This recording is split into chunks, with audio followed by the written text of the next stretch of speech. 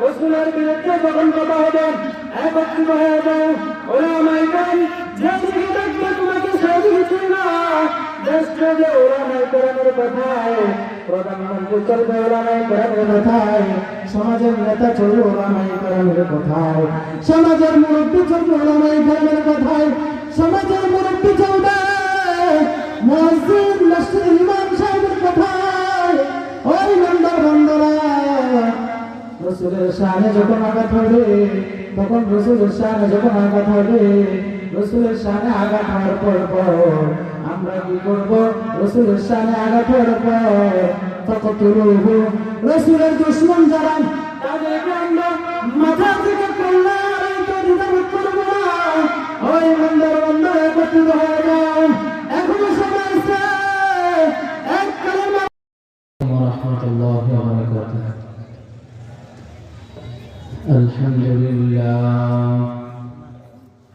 الحمد لله الذي جعل الشمس والقمر بحسبان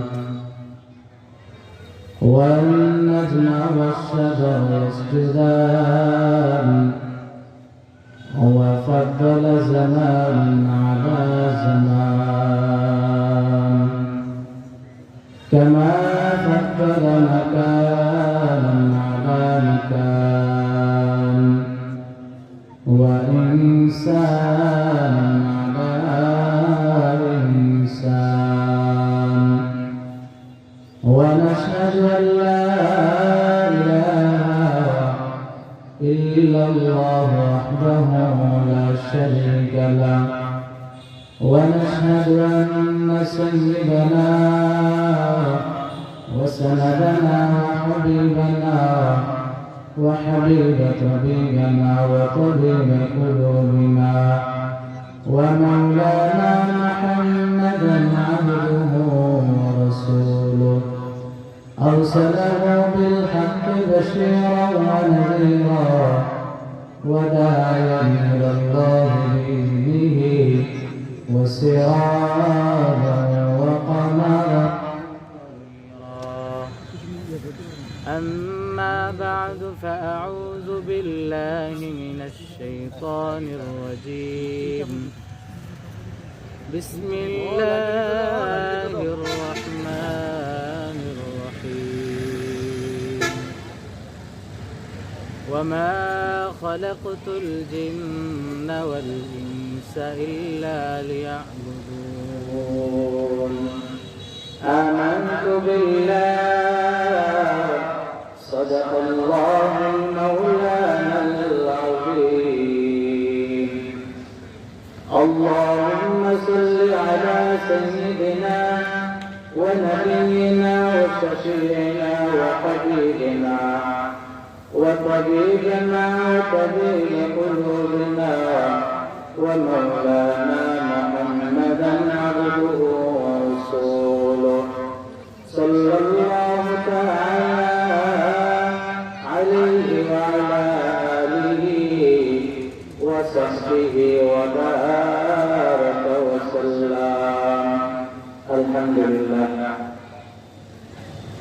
ঐতিহ্যবাহী বারেরা high school ময়দান 32তম তাফসীরুল কোরআন মাহফিলের সম্মানিত সভাপতি মুআজ্জাজ উলামায়ে কেরাম বুজুর্গানে দ্বীন তোলাবে আযম কদরাল্লাহু মা'আনা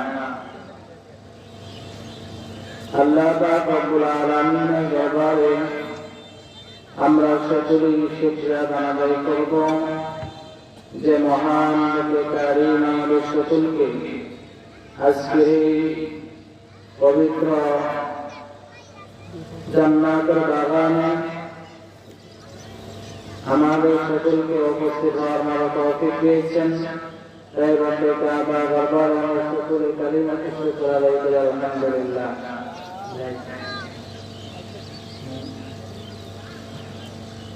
আমি আপনাদের সম্মুখে খুতবার মধ্যে কালামুল্লাহ শরীফ থেকে ছোট একটা আয়াত কারিমা পাঠ করছি আল্লাহ পাক রব্বুল আলামিন যদি আমাকে তৌফিক দেন এই আয়াতের একটু সংক্ষিপ্ত আলোচনা করার চেষ্টা করব। ওয়া মা তাওফিক ইল্লা বিল্লাহ। আমি আপনাদের সম্মুখে যে আয়াতে কারিমা পাঠ করেছি, আল্লাহ তাআলা এই আয়াতের ভিতরে বলেন ওয়া মা খালাকাতুল জিন্না ওয়াল ইনসা ইল্লা লিয়াবুদুন। আল্লাহ তাআলা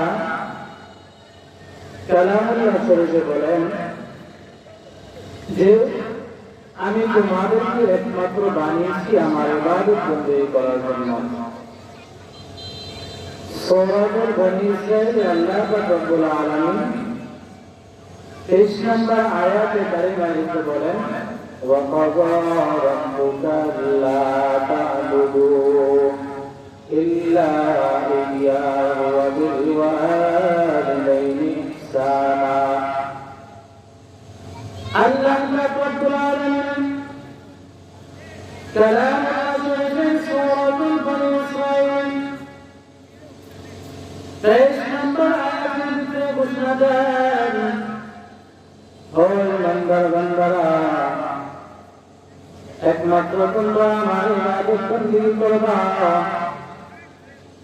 আর কোন ইবাদত বন্দেগীর উপাস্য নাই। আল্লাহ পাক রব্বুল আলামিন ইবাদতের পাশাপাশি খিদমতের কথা বলে দিয়েছেন। খিদমত হলো বাবা মার খিদমত। ওই বান্দারা আল্লাহ পাক রব্বুল আলামিনের ইবাদত করতে হলে আমাদেরকে 5 ওয়াক্ত নামাজের সময় মসজিদে আসতে হবে, জিকির করতে হবে, কালামুল্লাহ শরীফ থেকে তেলাওয়াত করতে হবে। কোরআন তেলাওয়াতের মাধ্যমে ইবাদত করা যায়, নামাজের মাধ্যমে ইবাদত করা যায়। আল্লাহ পাক রব্বুল আলামিনের ইবাদত বন্দেগী করতে হবে, রোজার মাধ্যমে ইবাদত করা যায়। আল্লাহ পাক রব্বুল আলামিনের ইবাদত করা যায় যখন আপনি যাকাত আদায় করবেন, তখন আল্লাহ পাক রব্বুল আলামিনের ইবাদত বন্দেগী হয়ে যাবে। ওই ইমানদার বান্দারা 5 ওয়াক্ত নামাজ যখন আমাদেরকে মুয়াজ্জিন মাইকে ডেকে ডেকে আল্লাহু আকবার বলি, মুয়াজ্জিন সাহেব যখন সর্বপ্রথম আল্লাহু আকবার বলেন, ডান দিকে আল্লাহু আকবার বলে, বাম দিকে আল্লাহু আকবার বলে, 4 বার আল্লাহু আকবার বলে। সর্বপ্রথম কয়বার বলবো আল্লাহু আকবার? কয়বার? 4 বার। আল্লাহু আকবার, আল্লাহু আকবার। মুয়াজ্জিন সাহেব বুঝাইতে চায় উপরে আল্লাহ, দ্বিতীয়বার যখন আল্লাহু আকবার বলে মুয়াজ্জিন সাহেব বুঝাইতে চায় নিচে আল্লাহ। একবার আল্লাহ পাক রব্বুল আলামিনের পক্ষ থেকে যখন মুয়াজ্জিন সাহেব মাইকে ডাইকা ডাইকা বলে আল্লাহু আকবার, আল্লাহু আকবার, মুয়াজ্জিন ডাইকা বলে ডান দিকে আল্লাহ, বাম দিকে আল্লাহ, আল্লাহ চতুর্দিকে আল্লাহ, আসমানের দিকে, আসমান থেকে জমিন পর্যন্ত প্রত্যেকটা জায়গায় আল্লাহ আল্লাহ বলে। আর কোন উপাস্য আছে?